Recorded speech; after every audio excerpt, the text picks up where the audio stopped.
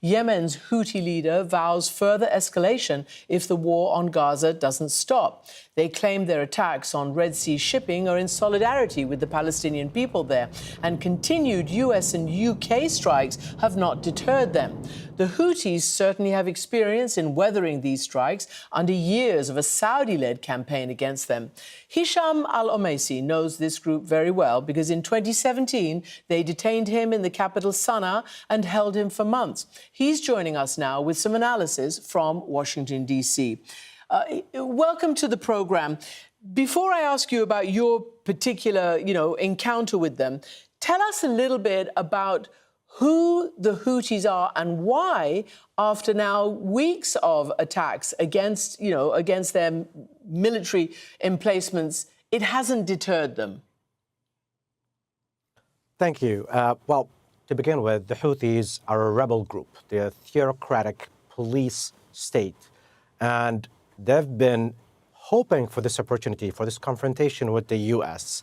for a while now, for almost 30 years. They've been claiming that they've been fighting the colonial imperialist powers in the region. So this actually provided them with a golden opportunity.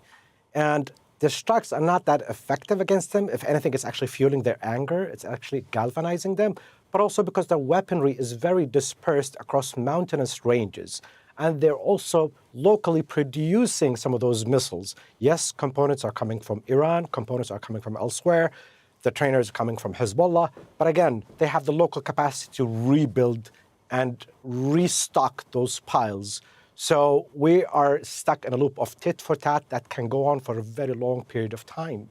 And of course, after the US strikes on Iraq and Syria and on the Iran-backed militias there over the weekend, everybody's talking about how much control and direction Iran gives to its proxies in the so-called axis of resistance. So from your experience, what are the relative, dependencies of these proxies on Iran? I think there's a bit of exaggeration because a lot of people claim that Iran has very strong control over the Houthis, when in fact the Houthis have a longer leash. The Houthis, yes, they're very well backed by the Iranians. They owe their rise to the Iranians. But the thing is that they also have their own mindset. They follow the same playbook.